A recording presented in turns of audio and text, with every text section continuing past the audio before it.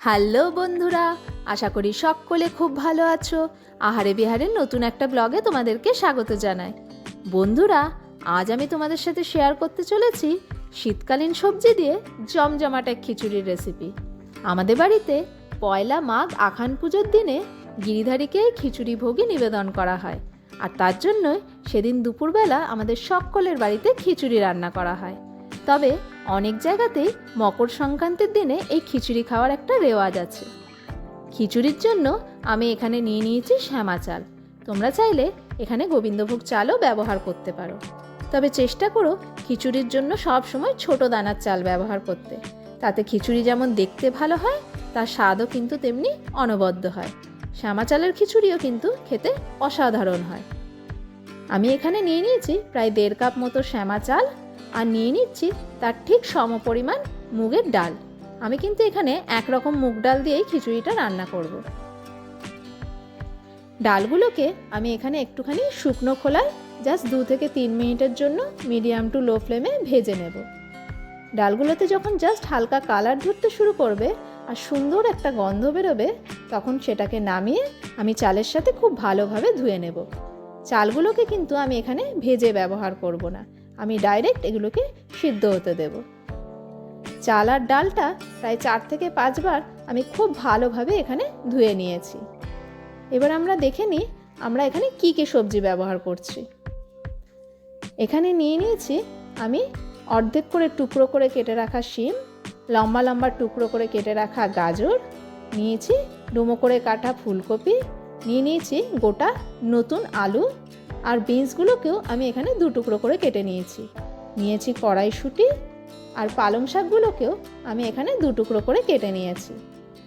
আর আমাদের এখানে লাগছে চেরা কাঁচা লঙ্কা, নিয়েছি খানিকটা আদা বাটা, নিয়েছি বড় 2খানা টমেটো এখানে ডুমো করে কেটে রেখেছি, 3 থেকে 4টে কাঁচা লঙ্কা আমি এখানে থেতো করে নিয়েছি, আর নিয়ে নিয়েছি ধনে জিরে বাটা। এখানে কিন্তু জিরের ভাগটা বেশি দিতে হবে। আর নিয়ে নিয়েছি বেশ খানিকটা কোচানো ধনে পাতা। খিচুড়ির জন্য আমি এখানে জল গরম করতে বসিয়ে দিলাম।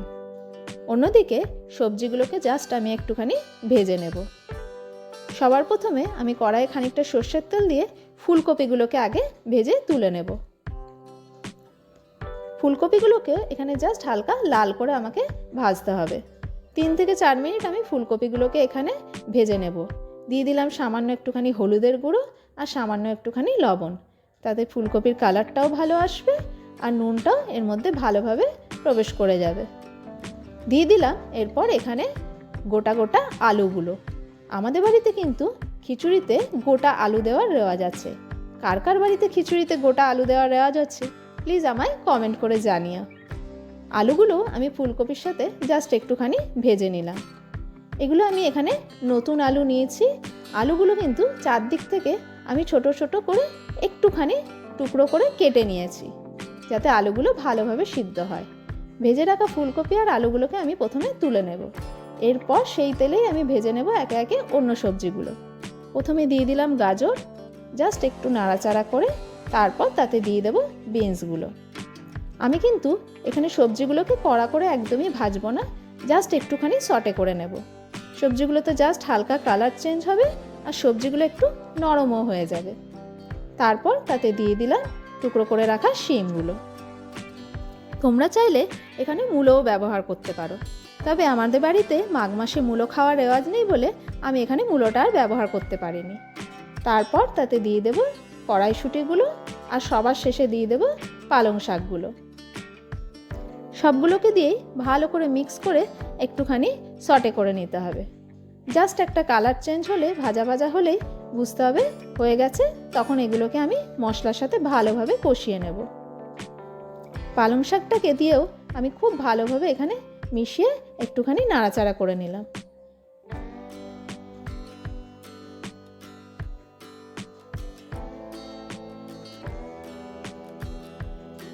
সবজিগুলো বেশ খানিকটা কিন্তু এখানে নরম হয়ে এসছে। এটা একটুখানি হোক, ততক্ষণ আমাদের এখানে জল গরম হয়ে গেছে। আমি দিয়ে দিলাম চাল আর ডালটা এখানে একসাথে। এখানে চাল ডাল আলাদা করে দেওয়ার দরকার নেই, যেহেতু দুটোরই দানা সমান, তাই একসাথেই সিদ্ধ হবে, কোনো রকম অসুবিধা কিন্তু এখানে হবে না। দিয়ে আমি ভালোভাবে নেড়ে ঢাকা বন্ধ করে দিলাম। অন্যদিকে সবজিগুলো নরম হওয়ার পর আমি এখানে দিয়ে দিলাম 2খানা তেজপাতা। এরপর আমি দিয়ে দিলাম ডুমো করে টুকরো করে রাখা টমেটোগুলো। টমেটোটা কিন্তু আমি সবার শেষেই অ্যাড করব। টমেটোটা দিয়েও বেশ খানিকক্ষণ নাড়াচাড়া করার পর আমি একে একে দিয়ে দেবো গুঁড়ো মশলাগুলো। দিয়ে দিলাম সামান্য হলুদ গুঁড়ো, লাল লঙ্কার গুঁড়ো, আদা বাটা, থেতো করে রাখা কাঁচা লঙ্কা, 2 চামচ ধনে জিরে বাটা আর সামান্য একটুখানি চিনি। চিনিটা কিন্তু এখানে পুরোপুরি স্বাদে ব্যালেন্স করার জন্য, একদমই মিষ্টি হওয়ার জন্য কিন্তু নয়। এরপর সেগুলোকে ভালো করে মিক্স করে দিয়ে দিলাম একটু গোলমরিচের গুঁড়ো, একটু গরম মশলার গুঁড়ো আর বেশ খানিকটা ধনে পাতা। এখানে ধনে পাতা আর কাঁচা লঙ্কাটা কিন্তু আমি 2বার ব্যবহার করব। সেগুলোকে দিয়ে খুব ভালোভাবে এখানে মিক্স করে নিতে হবে। মশলাটা দিয়ে বেশ খানিকক্ষণ প্রায় 5 মিনিটের মতো আমি এখানে কষিয়ে নিয়ে সবার শেষে দিয়ে দিলাম ভেজে রাখা ফুলকপিগুলোকে। ফুলকপিগুলো ভালোভাবে মিক্স করার পর আমি দিয়ে দিলাম মশলার বাটি ধোয়া জল। এখানে সবজিগুলো মশলার সাথে 10 মিনিটের জন্য আমাকে হতে দিতে হবে, তাতে সবজিগুলো যেমন নরম হয়ে যাবে, মশলার কাঁচা গন্ধটাও কিন্তু চলে যাবে। সবার শেষে কিন্তু আমি এখানে অ্যাড করব আন্দাজ মতো নুন। নুনটা দিয়েও ভালোভাবে মিশিয়ে আমি জাস্ট 10 মিনিটের জন্য এটা হতে দেব।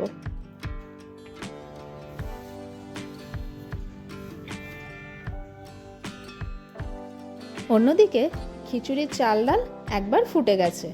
এরপরে আমি একে একে অ্যাড করব আন্দাজ মতো হলুদ গুঁড়ো আর আন্দাজ মতো লবণ।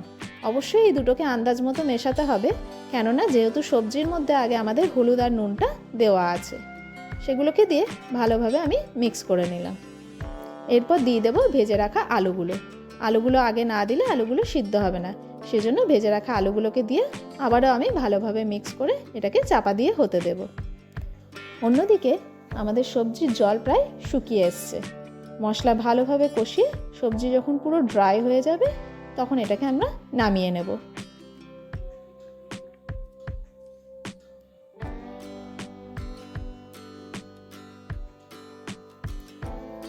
এদিকে আমরা বড় গ্যাসের ফ্লেমে খিচুড়ির হাঁড়িটা চাপিয়ে দিলাম। এখানে খিচুড়িটা প্রায় 50% মতো হয়ে এলে ঠিক সেই সময়ে আমি মশলা কষানো সবজিগুলো কিন্তু এখানে অ্যাড করব, তার আগে কিন্তু নয়। মানে আমার এখানে খিচুড়িটাও প্রায় 50% হয়ে গেছে আর সবজি মশলা কষানোটাও প্রায় 50% মতো কুকড হয়ে আছে। সেই সময় আমি এটাকে অ্যাড করে ভালোভাবে মিশিয়ে দেব। এরপর দিয়ে দিলাম যে চেরা কাঁচা লঙ্কাগুলো ছিল সেটা, আর এরপরে দিয়ে দেব আমি আন্দাজ মতো খানিকটা গরম জল। চেষ্টা করো খিচুড়িতে কিন্তু সব সময় গরম জল দেওয়ার, তাতে খিচুড়ির স্বাদ কিন্তু একদম কনস্ট্যান্ট থাকে।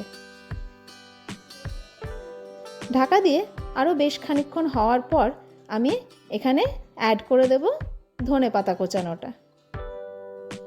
খিচুড়িটা আমার এখানে প্রায় ম্যাক্সিমামই হয়ে এসছে, শুধু খিচুড়িটা আরেকটু টাইট হওয়ার জন্য আমি ওয়েট করছি। ধনেপাতাটা দিয়েও ভালোভাবে মিক্স করে দিলাম। আলুটাও এখানে প্রায় ম্যাক্সিমাম 95% সিদ্ধ হয়ে গেছে, আর একটুখানি গরমে থাকলে বাকিটা সিদ্ধ হয়ে যাবে। আমি এটাকে চাপা দিয়ে গ্যাস অফ করে রেখে দিয়েছিলাম যাতে খিচুড়ির টেক্সচারটা আর একটুখানি টাইট হয়ে যায়। এরপর তড়কা লাগানোর জন্য আমি এখানে ব্যবহার করছি পতঞ্জলি কাও ঘি, যেটা আমি বাড়িতে জেনারেলি ইউজ করি। তাতে ঘিয়ের মধ্যে দিয়ে দিলাম গোটা জিরে আর দুটো শুকনো লঙ্কা। জাস্ট এটাকে একটুখানি আমি ভাজা ভাজা করে নেব।